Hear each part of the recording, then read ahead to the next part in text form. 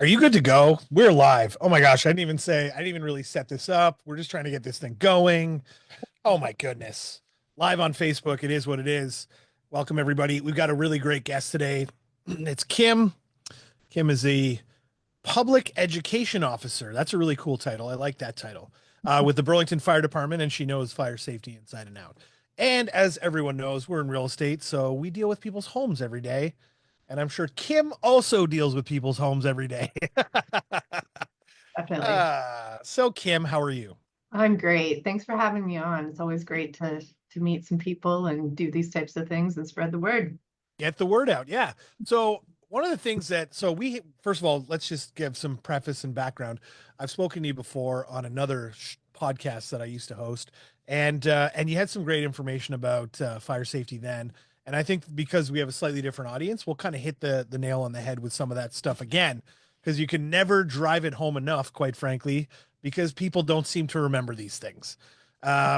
One of the things that we talked about last time was, I mean, we can start here, was smoke detectors and carbon monoxide detectors and the importance of these things, and how I think one of the things that kind of got me interested in those things in a big way is we've never really thought about getting our people to check those when they move into a new home, Mhm. because the previous owner may have burnt some toast and decided that they wanted to take the batteries out and never told anybody. And even though you have an inspection, I know some inspectors look at them, some don't. I don't know. You never know. Um, how valuable are those things for real? Yeah. So I think great question. And there's sort of two pieces to this. So short answer is super valuable and super required by law. So Required by law. Important. yeah. That's an So important piece. typically, yeah. So typically, when things are required by law, it's due to the fact that something bad has happened. Mm, So just like the building code changes, to make things safer as we build new homes, the fire code does the same thing. And unfortunately, both of those pieces of the law are meant to protect people, but often are the result of tragedies happening. So very valuable, very important to have. Um, and the other piece to this, I'll get into a quick story because I like to tell stories of actual things that we see here at the fire yeah, department. for sure. We love that. Yeah, so a family, a mom and her son moved into a property. So exciting, they were sort of turning a new leaf, let's say, in their life, and in they moved to a beautiful property. And about a few weeks later, started to feel very unwell. And what ended up happening was they were admitted to hospital for carbon monoxide poisoning. Wow. So, of course, when we respond to these types of things, the first thing we look at is, do they have alarms in place? So, for smoke alarms, it's one on every level outside of sleeping areas. For carbon monoxide alarms, the way the code is written is that it has to be outside of sleeping areas for homes that have an attached garage or any fuel burning appliances. Okay. Mhm. So that's most homes, Well, basically. a furnace is a fuel burning appliance, correct? Correct. Yes. So in this case, they moved in, and at a glance, that's right. You look up, you see on the ceiling, there's this, round circle white disc, and you go, yeah, we're good, we're protected. But what we find out later is once you get this thing off of the harness, it's never been connected. Okay, so Mm, this was a hardwired connection that was never actually activated or connected in the home, meaning they had no protection. mm, And the sneaky thing with carbon monoxide, can't see it, smell it, or taste it. So without that alarm, this family had no idea. And unfortunately, they were subject to exposure to carbon monoxide due to a furnace that was not working properly. And they ended up in hospital, but they turned out to be okay. But it's just one of those reminders that when you walk into a place, at a glance, oh, yeah, it's there, lights on, but nobody's home, so to speak. Not doing good its call. job. Yeah.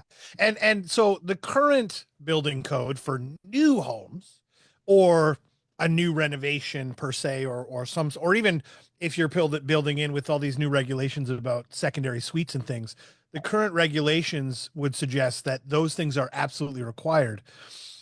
Some may say, oh, well, this house was built in 1973. it's grandfathered in that you don't need blah, blah, blah. I would imagine, irrelevant of those grandfathered scenarios, uh, just do it, Mhm. Mhm. right?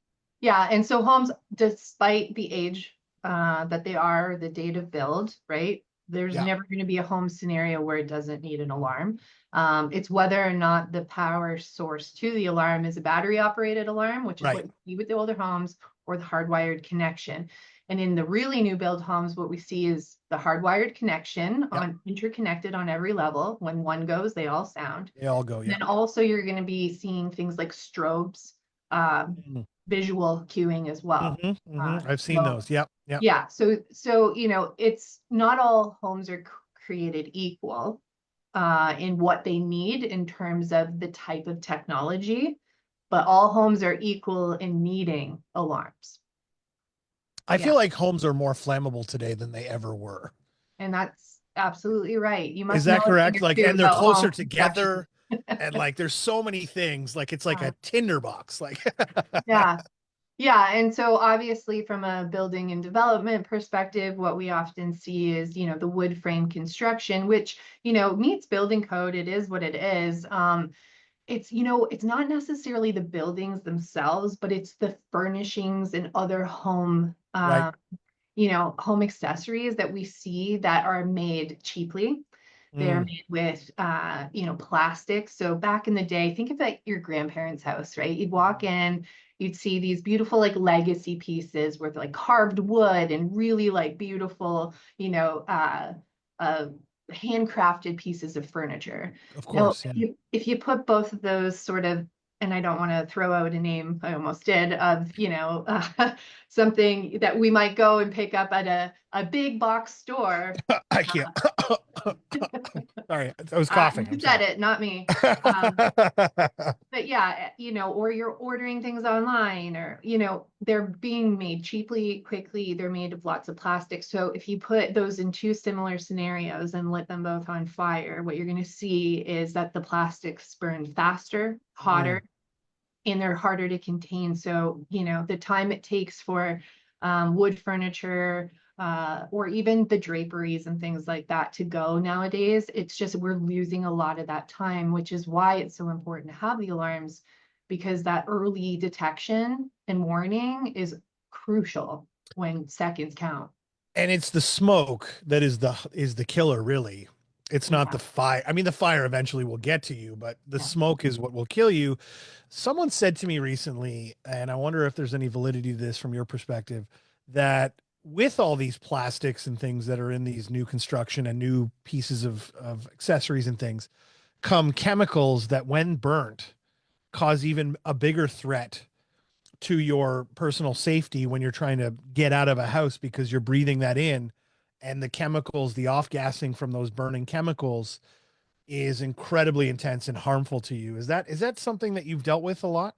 Yeah, and one thing comes to mind in saying that, yes, anything that's made with plastics or not natural materials is going to off gas. Right. The one thing we're seeing now is a bit of a trend in the fire service as a whole. So this isn't just a unique like Burlington or GTA specific issue. This is, an international problem where we're seeing lithium batteries or rechargeable batteries and Mm. products in our homes that, you know, you think about the vacuum cleaners, the anything from your home and your garage. I mean, most homes are going to have at least a dozen Hmm. rechargeable battery pieces, small appliances and things like that. And, well, normally they're not necessarily harmful in any way if used properly, charged properly, Hmm. purchased from trusted retailers, tested for Canadian safety standards.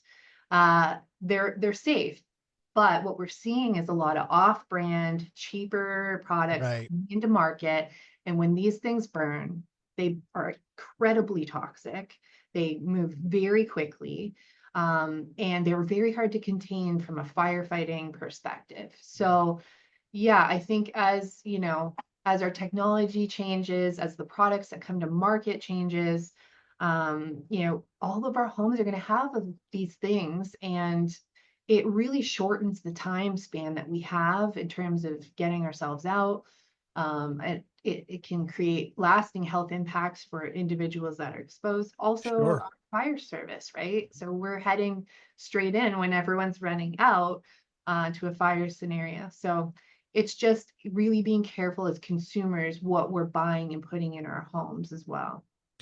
When it comes to the detection of this stuff, and especially carbon monoxide, I've been told, and I don't know if there's any validity, but carbon monoxide is heavier than oxygen and sinks more, or what is the, because I've heard like, oh, you got to put those near the floor, and then of course now they're on the ceiling with the total thing. Like what's the right way of installing these things? The ones that Yeah, plug in, so or is it okay to have them in the ceiling, or yeah, what? great question. Yeah. And this is one of the, top things that we get often when we talk to people. So, there is a slightly more heavier property about carbon monoxide. So it's slightly denser than air, Got it. but not enough so that it wouldn't move freely through your home. Got it. So, which is why you're allowed to have the combination 2-in-1 unit that's on the ceiling that's doing both. As soon as our air systems kick in, if carbon monoxide is present in the home, it's Right. gonna it's gonna flow freely. And in Right. fact, carbon monoxide can go through floors, ceilings, walls. It doesn't really have boundaries in the way that you would think of smoke traditionally, sort of Right. particular Interesting. pattern. And of Yeah, course, it probably comes from the furnace in most cases, yeah. and therefore the furnace now starts just chucking it around the house the second it turns on. Sure. And often people will think they need to place that alarm down by the furnace in the basement, Mm, right? hmm. But that's not going to be helpful if you're sleeping 2 stories up Right. and it's activating. And also, we see a lot of faulty alarms happening in Mm. furnace rooms and basements because our appliances, just like us, tend to burp from time to time. So there can be a little bit of that sort of byproduct coming out of functioning appliances, certainly more so if your furnace is not working. So um, I wouldn't say furnaces are they're probably close to the number one reason we see CO calls in this city in particular, but they're not the only thing, right? So So, fireplaces, um, okay. yeah, Yeah, fireplaces are another one too. I mean, those, I guess if you're, um, people leave them on all year, basically. That little pilot light just sure. burns all year. Yeah, And if it's not vented correctly, yeah. we're, I mean, the good news is it's so preventable, right? yes, It is so yes. preventable. So just have the alarm and then get all of your fuel fired appliances in the home inspected annually. It's Mhm. that simple, right?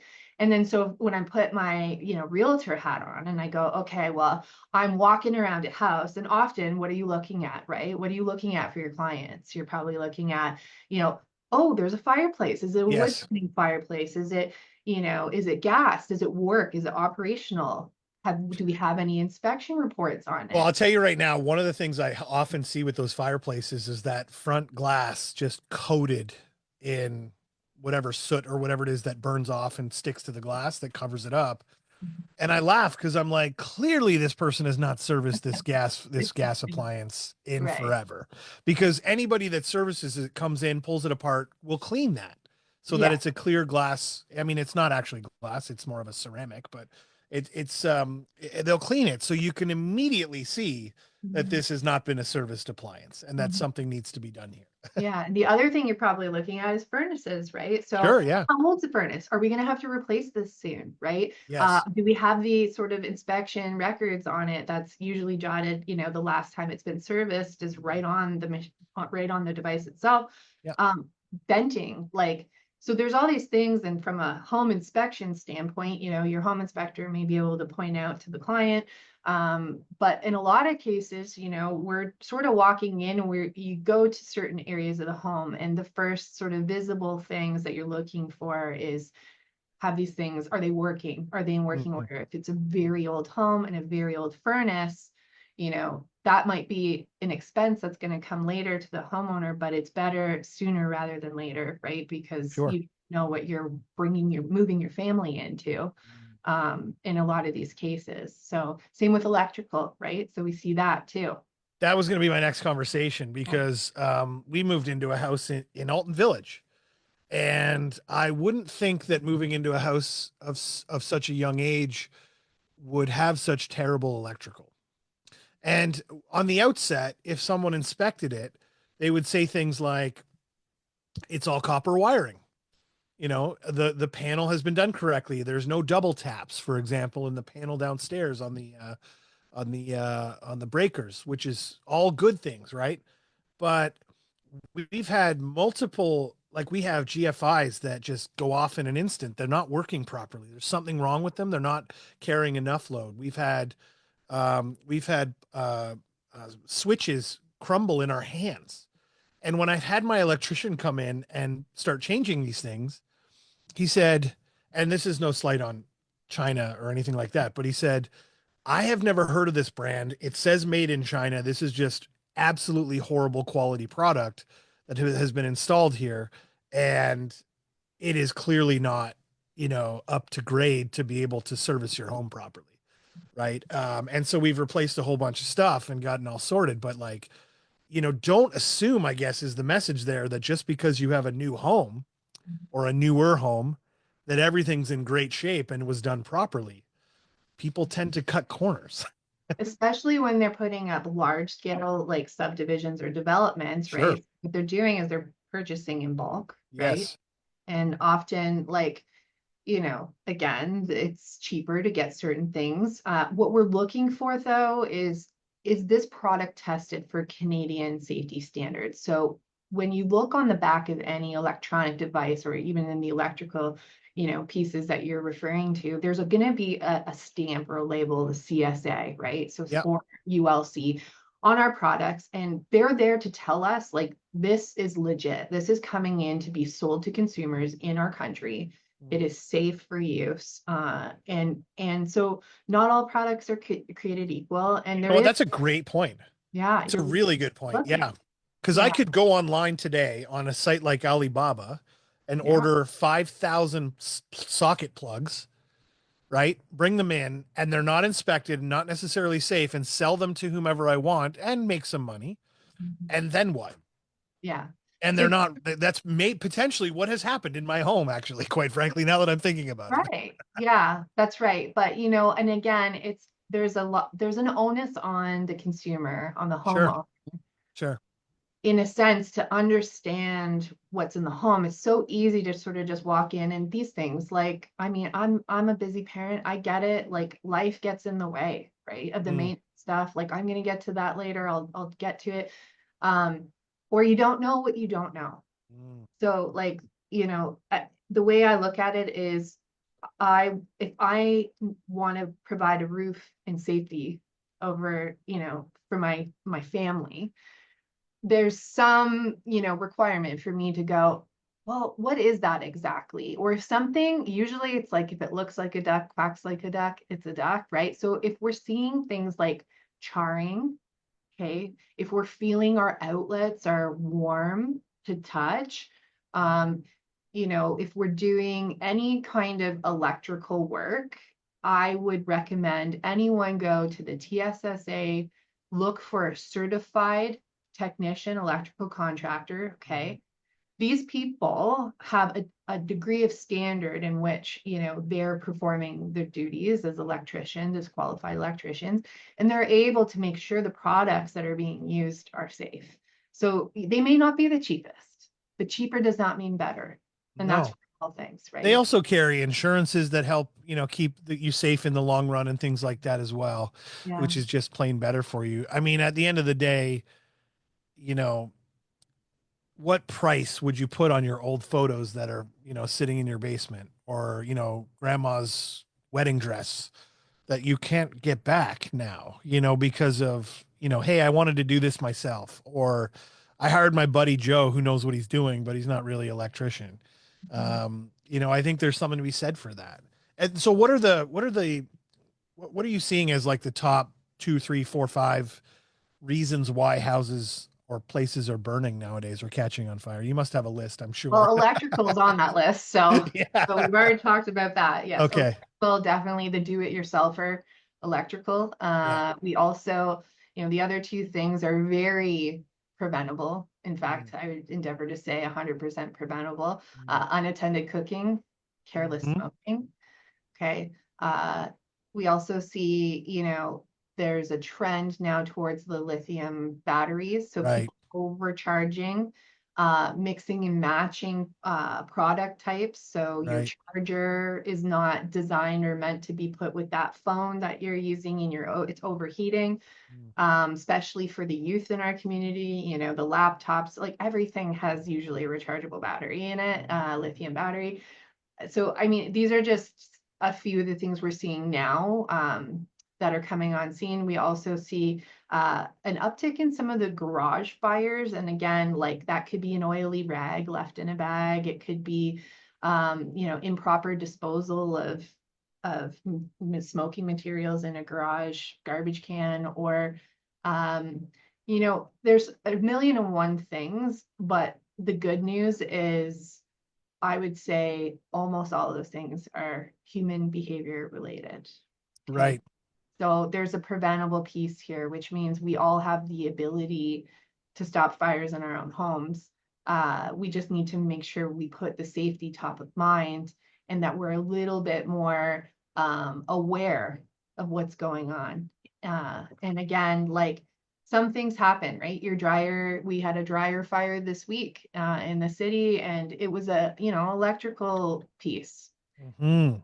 Okay, so we know that we can clean a lint trap out, and that Mhm. hey, it's spring cleaning, by the way. So everybody get your lint traps and cleaned out, and all of the things that we can do. But in this case, the appliance malfunctioned, and it's an electrical thing. So Mhm. it's not always preventable, but what I'm trying to say here, the long-winded way, is we all have the ability to do the prevention piece. We all have the ability to protect what matters most to us.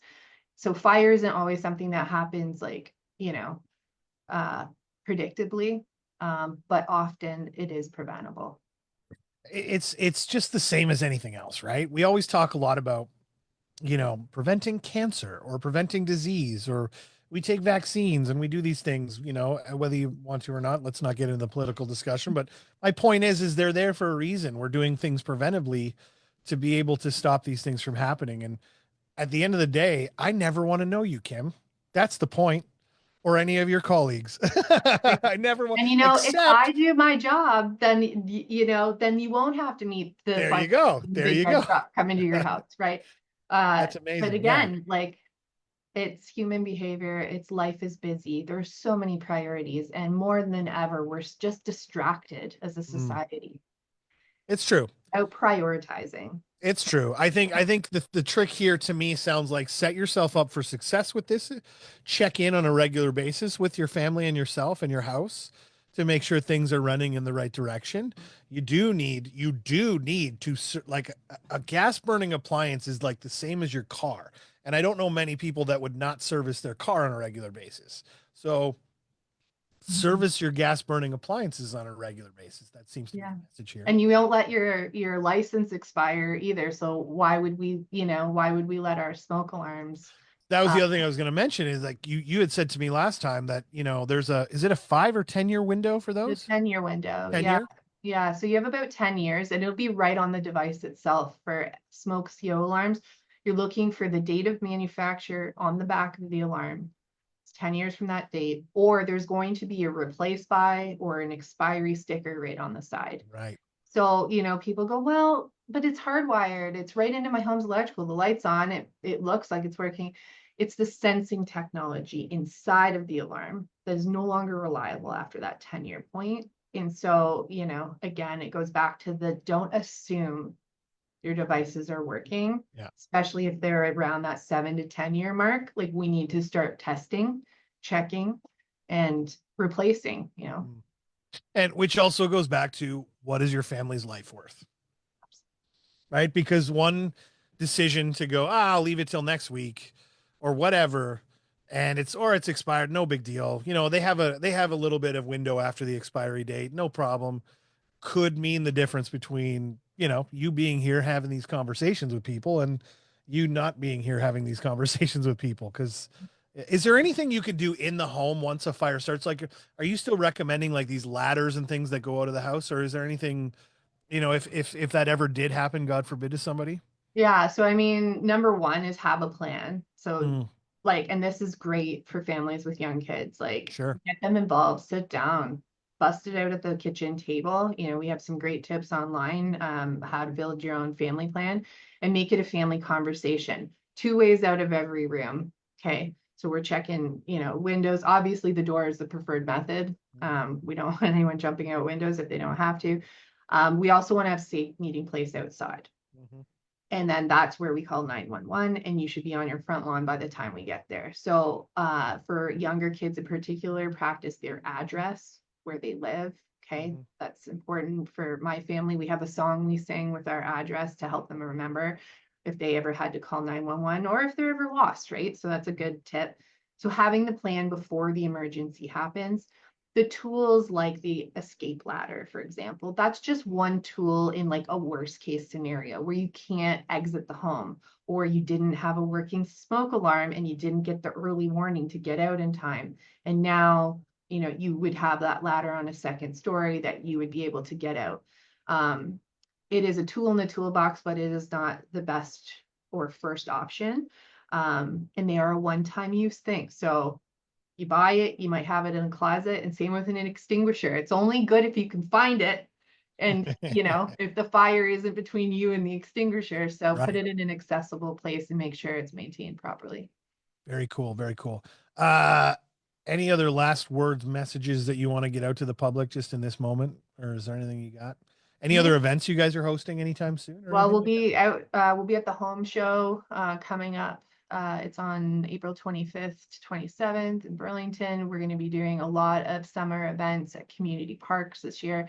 Our sort of idea is really, we got to stop expecting people to come to us. We're going out to them. So we'll be, familiar faces in your neighborhoods. And parting words here is just it's never a bad time of year, but particularly now, it's the spring. Okay, we've just been through a harsh reminder of what winter can bring.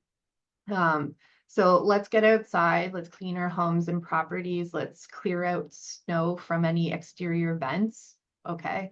That helps prevent the buildup of carbon monoxide in your home. So if you see leaves, old debris, anything on the exterior vents of your home, clear those, clear our dryers out. A great spring cleaning, just go from every room and keep safety in mind. In your oven, clean out the grease in that, even the vents above in your range hood there, clean those Mm, out. So mhm. in every room, there's something that you'd be able to clean and improve. So when you're doing your cobwebs on your ceiling, not to say you have those, but if you're on the ladder anyway, give your smoke alarms a light dusting or use a vacuum to clean the vents out, check the dates, test the alarms. Just go through your home with safety in mind. And certainly if you're in the garage, okay, like clutter is just fuel for a fire. So start in your garage. Mm, I know every family has that hidden, hoarding den in there and or has a lot of different and it's sometimes very expensive things. So let's protect it. Let's protect our home, for sure. do some spring cleaning, and hopefully we don't have to see you this year. Well, Sit down there. I certainly don't want to see you ever, but I 100% appreciate you. And I'm going to say one more thing just to the general public out there listening. Get the heck out of the way of these fire trucks when they're coming down the road, any emergency vehicle for that matter.